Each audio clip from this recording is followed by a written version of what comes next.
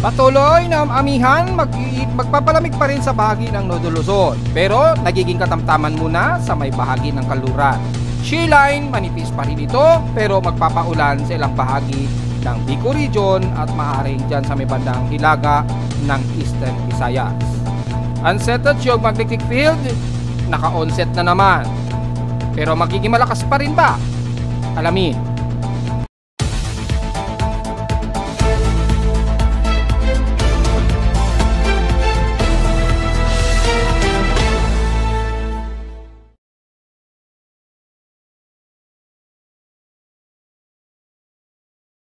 Hello, good morning mga folks. Welcome po muli sa ating daily weather bulletin at analysis para sa araw ng Biyernes, January 17, 2025. Ang oras nating boss may maga o magtatanghaling tapat na ay alas 11:26 na ng magtatanghaling tapat.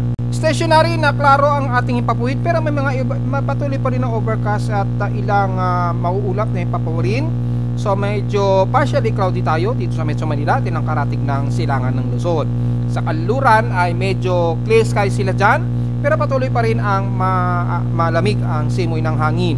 Bagamat bahagyang bawas ang lakas ng lamig ng ating amihan, ay ramdam pa rin ang ginaw nito hanggang dito pa rin sa Metro Manila, lalo na sa gabi at sa madaling araw. Medyo malakas lamang talaga ang daloy ng ating easterlies. At ay yung lakas ng daloy ng amihan, medyo mas tumaas siya ng bahagya sa may bahagi nga po ng Kanluran ng Taiwan o dyan sa may bandang mainland China. Nakafocus yung maramihang o malawakang amihan o yung northeast monsoon. Bagamat patuloy pa rin ay magiging katamtaman pa rin ilang bahagi, lalo na sa bahagi ng silangan ng Nodo Luzon na may ilang mga mahihinang mga pagkulog at pagkidlat. Ingat na lamang dahil yung iba ay nandyan sa may bandang Kanluran ng Bolinao, Pangasinan. Sa ating current conditions, overcast gloomy pa rin tayo, haze at mostly cloudy, umiiral. Pero nagiging katamtaman at medyo nagiging maaraw din ang paligid namin dito sa Caloocan. Kung sisilipin natin sa live CCTV, medyo gloomy tayo ngayon at medyo overcast. Ayan, kitang-kita po. So parang akala mo uulanin. Pero kung titingnan natin sa labas, medyo mga partially cloudy lamang ang nakikita sa labas. Na maganda na rin yan dahil magiging kontrolado po ang init ng temperatura at hindi naman sobrang init pagsapit po ng tanghali. Sa lowest temperature na itala na weather station kanina ng 6:06 AM, nakapagtala kami ng almost stationary na pinakamababang 24.8 degrees Celsius. Kahapon nasa 32.4 degrees Celsius naman ang pinaka highest air temperature sa amin kahapon ito ng hapon at 2:04 PM, meaning bahagya talagang uminit dito sa amin sa Caloocan. At pagdating naman sa heat index ay halos magpo 40 degrees Celsius ang aming init pandama. So almost stationary na mainit ang pakiramdam ng temperatura. Kung tatabi naman natin sa peak system in past 24 hours, nangunguna pa rin ang San Jose sa may Mindoro na nasa 35.8 degrees Celsius ang kanilang grabe, maalinsangan na sa kanila sa San Jose sa may Mindoro. Sa lowest temperature, mas bumaba pa ang lamig sa Baguio City na nasa 14.4 degrees Celsius, napakaginaw niyan. At pagdating naman sa Inulan ng Calayan, Cagayan ay nakaranas ng 41 mm na total rainfall. Nanatiling wala kaming naging pag-ulan since past 7 days ago. So nanatiling nasa 40.2 mm ang total rainfall namin for the month of January 2025 po. So wala kaming naging pag-ulan since mga nakaraang linggo po. Outside humidity 72%, so medyo katamtaman, tumaas ito ng 2% since last hour. At nanatiling mataas ang atmospheric pressure at 112 hectopascals. Mabagal pa rin ang pagbaba nito since last hour. Samantala, meron na naman tayong space weather status at may C7.6 tayo. So nanatiling warning condition onset na naman ang ating geomagnetic field. Kung sisilipin natin si index, KP index breakdown ay unsettled lamang ito pagdating sa geomagnetic field. At expected pa rin ang primarily forward 65 degrees geomagnetic latitude. So mostly northern and south pole ang mas mararamdaman ito, pati yung auroral event. So gaya ng dati, mga mahihina lamang na posibleng weak fluctuations ang mangyayari. So since may mga ABR naman siguro kayo, so hindi masyado maapektuhan. Mostly Canada and Alaska muli ang mararamdaman ito. Solar radiation mababa at nasa 50% naman ang tsansa ng posibleng radio blackout ha. Dahil yung region ng active region ay hindi pa naman direktang nakatutok sa Earth. Pero kung sisilipin natin ay halos malapit ng tumutok. Yung AR 3959 na malaki-laki rin na sunspots, ayan, kitang-kita po. at yung 3964. Mas maliit ito, hindi gaya ng AR3959 na mas malawak. So hindi pa masyado tutok at natiling na sa 105 yung daily sunspot number natin. At hindi gaya kahapon, bahagyang nag-above normal speed, kaya tuloy-tuloy pa rin ang solar flare na medyo nag-a-arrive sa Earth. So kung sisilipin natin, ay mukhang hindi na po makikita yung kometa. Ayan, after ng mga nakarang araw na dumaan yung kometa, hindi na uli siya matanaw. Ayan, at least nagkaroon tayo ng pagkakataon na nakita ng malapitan yung comet na C2024 Atlas na nireport natin nung isang araw.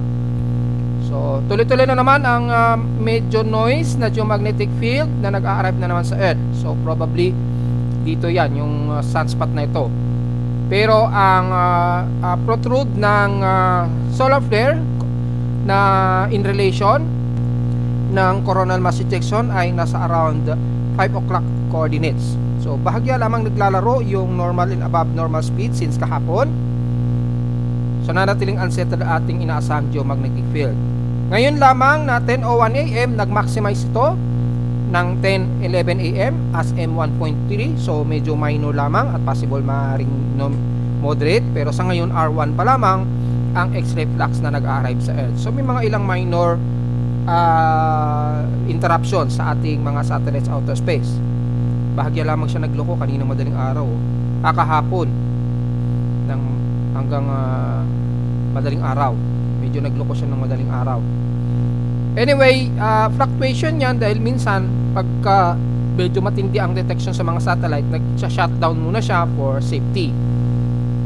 And then after niya magpahinga o mag-hibernate, magre-restore yan. Kaya yung data minsan napuputol kaysa naman masira. So sa geomagnetic activity, manatiling unsettled yung ating geomagnetic field since kaninang madaling araw. So hindi pa naman direkta sa Earth. At yung ating TEC range na natiling error-reduced dyan sa may bandang equatorial range. So yung ating drive vertical TEC, mostly southern hemisphere at northern hemisphere apektado ito. Hindi masyado din sa atin sa Pilipinas, pero at least may idea kayo just in case mayroong mga low high frequency radio transmission. Sa ating propagation, gamit ang ating ginagamit na solar wind monitoring mula sa NOAA, yung radial and plasma velocity. Hindi naman siya direkta sa Earth, pero yung kanyang outer range ng CME medyo umaabot pa rin sa atin sa Earth. Kaya naglalaro yung fluctuations ng radial velocity, naglalaro sa 550 to 600 ang approximate na inaabot niya.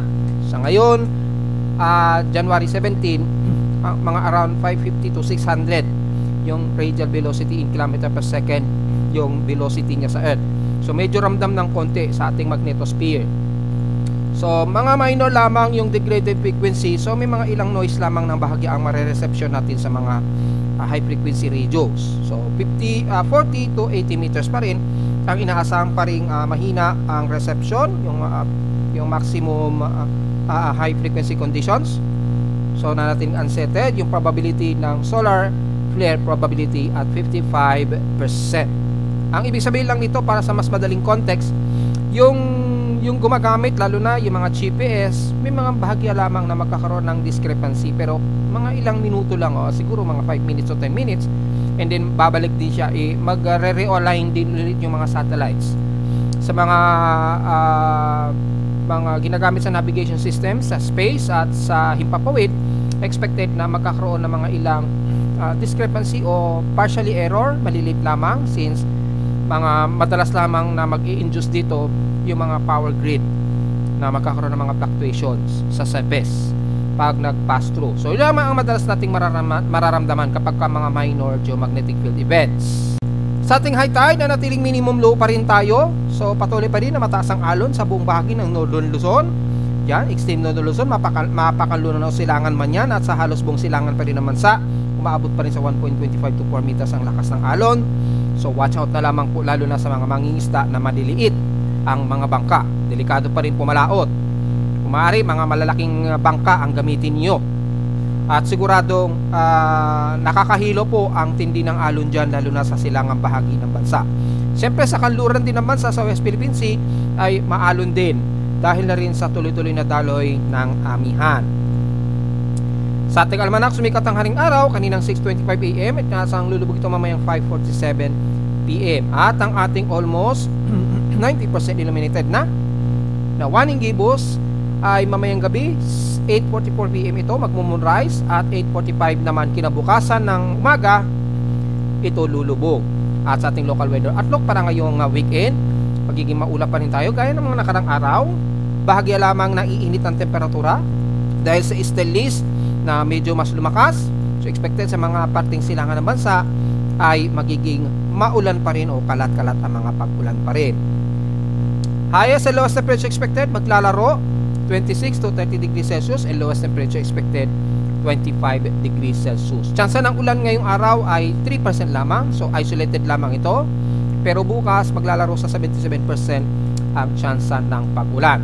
Hanggang Lunes ba ito? Well, base sa forecast natin sa short-term weather forecast, hanggang Martes actually, na makakaroon tayo ng mga ilang partially cloudy at mga ilang kalat-kalat at isolated rain showers. So, diretso agad tayo sa ating ginagamit na satellite imagery. Makikita po dito sa ating infrared na natural color. Kitang-kita po yung manipis na shale line lamang na umiiral, ayun, sa may bandang Bicol region. Pero yung range niya nung pinaka-shale line napakalawak mula dyan sa bahagi ng Santa Ana, Cagayan.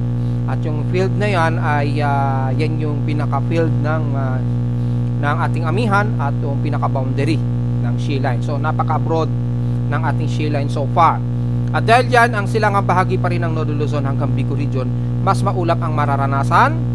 Kaya expected ang mga ilang kalat-kalat na pag-ulan na may ilang mga pagkidlat at pagkulog lalo niya dyan sa bahagi nga po ng Camarines Norte, Camarines Sur, Catanduanes, bandang Iriga, Legazpi at Sorsogon. Bagamat mas clear skies sa bahagi ng kanluran ng Northern Luzon, wala Ilocos Norte hanggang Pangasinan at Central Luzon, ay kung titingnan naman natin sa infrared rainbow ay wala naman tayo nakikitaan na mga kalat-kalat na pag-ulan. So mostly mga gloomy lamang at katamtaman ang lagay ng panahon. Walang masyadong nakikitaan, probably magkaroon man light drizzle rains lamang, yung ulan hamog ang mararamdaman ninyo dyan sa bahagi ng kaluran ng Northern Luzon, lalo na sa gabi at sa madaling araw kapag mas mataas ang lamig o ginaw sa gabi. Wala rin sa bahagi ng Central Luzon, yan, yung area na yan, yung buong Central Luzon na yan, ng Tarlac, Zambales, Bulacan, yan. Clear skies po tayo dyan. So mukhang magandang mag-stargazing sa gabi. Klaro ang ating paligid dyan. Hindi gaya sa may silangang bahagi ng Cordillera Administrative Region, Benguet, yan, Apari, Isabela, yan, Quirino, yan. Medyo mas overcast po at partly to sa mostly cloudy ang mas umiiral dyan. Hindi gaya din sa may bandang kaluran ng Ilocos Norte hanggang La Union, Benguet, Baguio, yan. Mas clear skies po kayo dyan. Magandang stargazing ngayon dahil meron tayong napipintong mga alignment, planetary alignment. Sa ngayon nakikita lang natin sa gabi hanggang Jupiter, Mars, Venus, yan, at Moon. Yun lang mga nakikita natin, at Neptune. Kaya lang masyadong malayo yung Neptune, so very faint. So yun lamang, maganda yan sa mga stargazers. Pumunta kayo dyan sa may bandang kaluran ng Extreme Northern Luzon at Central Luzon sa may bandang Zambales. Maganda ang astro seeing dyan. Pero mula dito sa bahagi ng Metro Manila at ilang bahagi ng Calabarzon, katamtaman lamang tayo. So medyo mga partly cloudy ang madalas nating iiral at medyo mataas-taas ng konti ang temperatura. Pero pagsapit po ng gabi niyan ay maghinaw pa rin. Kabilang na ang ilang bahagi ng Calabarzon, so hindi natin masyado isa-isahin yan. At nabanggit na natin sa bandang Atimonan, Quezon, papasok ng Camarines Norte and the rest ng Bicol region, mas maulap at may mga ilang mahihinang kalat-kalat na pag-ulan na may ilang pagkidlat at pagkulog.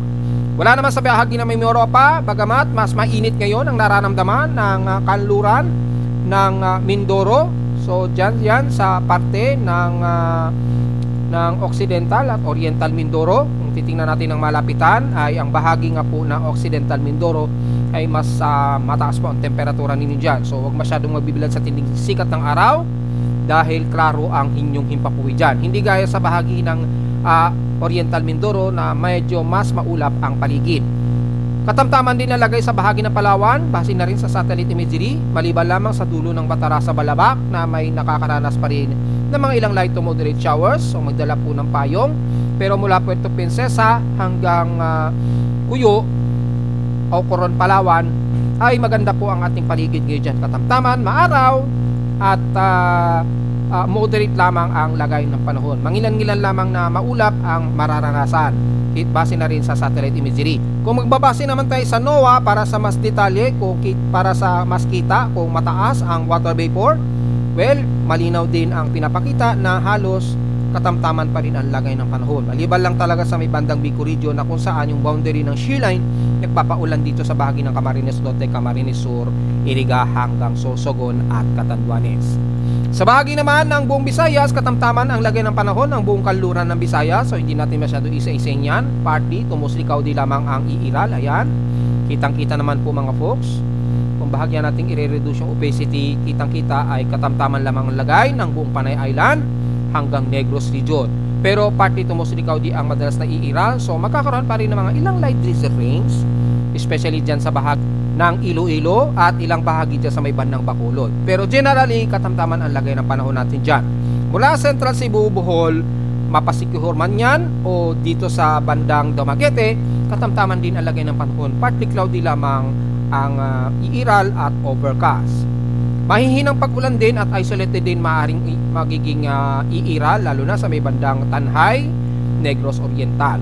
Pero the rest, katamtaman ang lagay ng panahon hanggang dito sa bahaging katimugan ng Leyte. Sa Hilagang Leyte naman mula Ormo kasama na ang Tacloban at Biliran, magiging maulap din kayo dyan at mga ilang isolated lamang na mahihinang pag-ulan ng iiral, kabilang nasa may bandang katimugan ng Samar region, mula dyan sa may bandang Florente, General MacArthur pataas sa Borongan, Eastern Samar, may mga ilang mahihinang pag-ulan din na hindi naman tumatagal ang iiral. At mula Dolores hanggang sa hilagang bahagi ng Samar region o Northern Samar, mula Lawang hanggang dulo na yan ng Biri, katamtaman din ang inyong panahon, so medyo maaraw ang paligid natin dyan. Mga naka-naka lamang na medyo nagiging partly cloudy sa maghapon. So most generally ang buong Visayas, katamtaman ang lagay ng panahon, mga mangilan-ngilan lamang na maulap at mahihinang pag-ulan. Pagsapit naman ng Mindanao, nakikita natin halos buong Mindanao ay katamtaman at maaraw at maalinsangan. Ang rest ng bahagi ng Northern Mindanao. Eastern Mindanao naman, ganon din katamtaman, maaraw din at maalinsangan din ang panahon. So medyo humid sa inyo dyan, lalo na sa bahagi ng Davao region. Magiging maulap lamang ang parte ng South Cotabato, General Santos City, hanggang Guian at Sarangani, and the rest ng Jose Abad Santos, sakop ng Davao Occidental, magiging maulap kayo dyan at mga mahihinang kalat-kalat na pag-ulan hanggang katamtamang pag-ulan sa maghapon. Pero mula dito sa may bandang Davao del Sur hanggang Davao del Norte, maaraw at katamtaman ang inyong lagay ng panahon dyan. Bagamat magkaroon man mga isolated and scattered rain showers sa hapon, mataas ang forecast sa inyo dyan, at least 60% daw ang forecast. So magdala na lamang ng payong pagdasapit po ng hapon dahil hindi natin maiiwasan ang mga isolated rain showers. Pero generally, maganda at katamtaman ang panahon sa inyo sa the rest ng Mindanao, kasama na ang Bukidnon at dyan sa bahagi ng Agusan del Sur.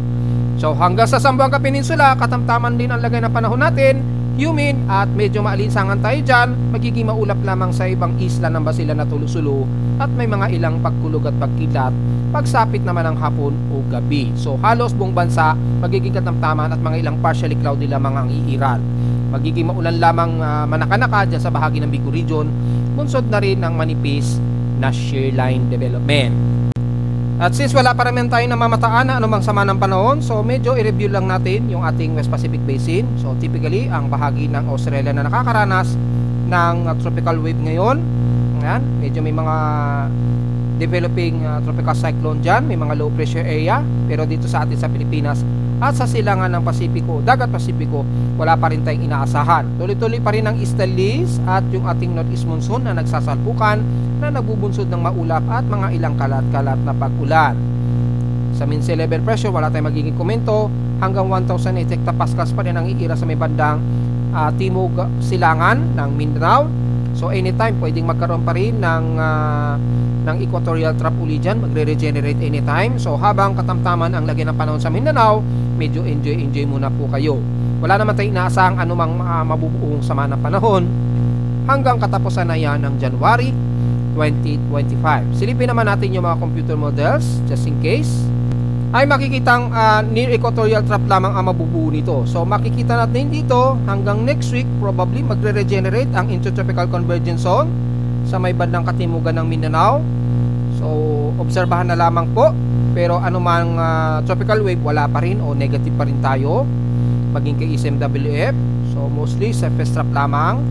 Kay NAVGEM, negative din. So most probably yung mga pag-ulan lamang sa may silangang parte ng bansa ang maaring magpapatuloy hanggang next week na po yan. Bunsod nga po ng ating Stellis at yung developing shear line. So wala tayong masyadong magiging report masyado dito sa ating tropical cyclone monitoring dahil pagka ganito talagang buwan medyo limita ang pagre-report natin sa mga tropical cyclone monitoring. Dahil wala talaga tayong inaasahan na may mabubuo, may makikitaan man lang tayong convergence development. Dahil tag-amihan pa rin tayo ngayon hanggang sa susunod na buwan. Sa Ulatindol, kalmado naman ang reading ng aking seismometer. So wala rin tayong masyado concern dito. Diretso agad tayo sa short periods na data mula kay PBOX. Mula kaninang madaling araw, mayroong isang magnitude 4.1 na nitala na may lalim na 62 km depth. Diyan na naman sa may bandang Davao Occidental, southwest ng Jose Abad Santos. Sa ganap ito kaninang 4:42 AM ng madaling araw. So madalas-dalas na naman sa may bandang Davao Occidental, sa may bandang Jose Abad Santos, kung hindi man sa may bandang Balot, ang dumadalas na naman ang mga pagyanig. So sa mga taga Davao region, medyo masid-masid at medyo pakiramdaman po yung lagay dyan dahil medyo dumadalas-dalas na naman ang mga pagyanig sa may bandang Davao region at Surigao region. So wala naman tayong namamataan pa na ilang short period na medyo malakas-lakas sa pagyanig. Pero again, medyo bantayan natin ang bahagi ng Southern Leyte na medyo yanigin dyan sa may bandang Hinundayan, Southern Leyte, sa may silangan ng San Julian, Eastern Samar. Sa Luzon naman, dito sa parte ng bandang Lawag, bandang Bigan o bandang Ilocos Sur. Pagkat medyo kumakalma-kalma na ngayon yung pagyanig dito, hindi gaya ng mga nakaraang linggo. Medyo watch out na lamang sa may bandang Lubang, yan, pagitan ng Kalatagan, Batangas. Medyo dumadami na rin yung cluster ng pagyayanig dyan. Pero ang mas tututukan natin na bantayan ang parte na ito ng Southern Leyte, Eastern Samar region at sa bahagi ng Davao Occidental at dito sa may bahagi nga po ng Eastern Mindanao ng Surigao region na mas yanigin din. Pero generally, kukunti pa lamang yung mga pagyanig at iisa pa lamang yung magnitude 4.0 na naitala kaninang 4:42 AM. So kung diretsuhin natin agad sa ating historical earthquakes, sa total earthquakes natin for the month of January, since January 17 na po tayo, malapit na po magkatapusan, mapapansin ninyo yung cluster ng mas maraming mga pagyanig dito pa rin pagitan ng Eastern Visayas at Mindanao area. Dumadami na rin sa may bandang Davao region. So on total earthquakes natin, kung bibilangin natin 532 ang total earthquakes na natin, 562 is magnitude 2.0 pataas, 24 sa magnitude 4.0 pataas at nanatiling dalawa ang ating magnitude 5.0. So far wala naman tayong na-record pa na magnitude 6.0 pataas. So medyo good news. Pero maging alisto pa rin tayo sa mga binanggit natin na lugar na medyo dumadalas-dalas na naman ng mga pagyaninig.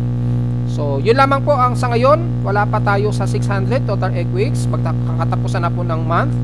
So mukhang mas kokonti ang mga magiging pagyanig ngayong January 2025. Hopefully tuloy-tuloy po yan para naman walang magiging masyadong magiging problema since nagkakaproblema ngayon sa politika, lalo na yung mga major projects daw umano medyo nabibinbin daw dahil nga po sa kinakapos daw ng pondo ang DPWH natin. So hopefully magkaroon ng mabuting puso ang ating mga government official para maituloy po yung mga major projects na nakabinbin. So kamustahin din natin yung ating dam levels.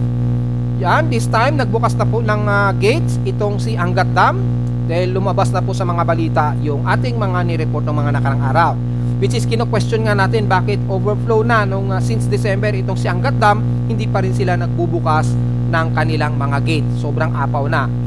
Siguro natinimbihan siguro si Hydrological Center kaya nagbukas na po sila ng isang gate.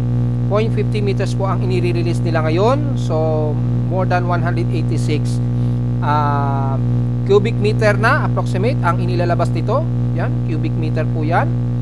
O cubic square cubic if babasehin natin yung value. Pero usually cubic meter yan eh. 186.9 cubic ang inire-release ngayon ng Angat Dam. So patuloy pa rin nasa overflow siya dahil ang overflow niya ay lumagpas na po ng 1.86 meter po yung sobra sa kanya. So kailangan mabawasan po yan. Si Ipo Dam nag-release din ng sobrang tubig ng 0.50 meters din. Isang gate din ang nakabukas sa kanya. So take note na lamang. Nagbukas din ng gate si Binga Dam. So mukhang umaapaw din ito. Dalawa po ang gate na nakabukas kay Binga Dam. Isang 0.30 at dalawang 0.30 ang nakabukas. So nagbabawas ng sobrang tubig itong si Binga Dam. Siguro kinokontrol nila para maiwasan ng overflow. So base dito, dalawa po ang ating negative o halos kulang sa water level dam, ang Abuklaw Dam at Pantabangan Dam. Yan lamang yung medyo water level critical. Ibig sabihin kulang po o kulang yung water reserve nila ni Ambuklaw at Pantabangan Dam. Normal naman sa lalalabi ng mga dam gaya na lamang ni Magat at San Roque. Yan. Yun lang, si Angat Dam at Ipo Dam ay nakabukas po yung kanilang mga gate at si Binga Dam. So base sa ating mga graphs ay mula dito sa pagitan ni Angat at Magat Dam ay critical pa rin itong si Magat Dam. Si Angat Dam sobra-sobra naman yung tubig niya, kaya nagre-release ng sobrang water levels. At narito naman ating 3-day weather forecast para sa araw ng Biyernes, January 17, 2025.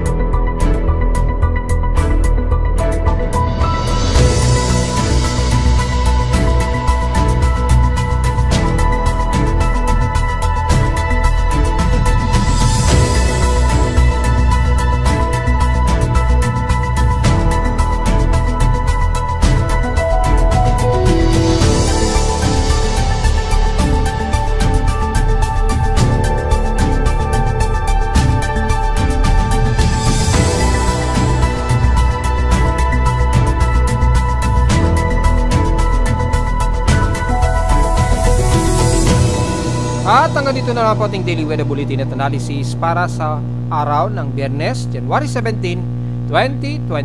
Huwag mo kalimutan na mag-like, share, subscribe po sa YouTube channel at visit lamang anytime sa ating website at www.pimoweather.com para sa iba pang detalye na gusto nyo malaman na hindi natin naisama ngayong tanghali sa ating report since almost stationary pa rin ang ating weather systems. Yung lamig at yung ulan dulot ng shear line. At visit lamang sa ating website sa gustong malaman pa rin ang pinaka-dynamic events mula sa reading ng aparato ko sa Caloocan at sa data feeds mula sa iba't ibang weather agencies. Maraming salamat po mga folks at magandang tanghali po sa ating lahat.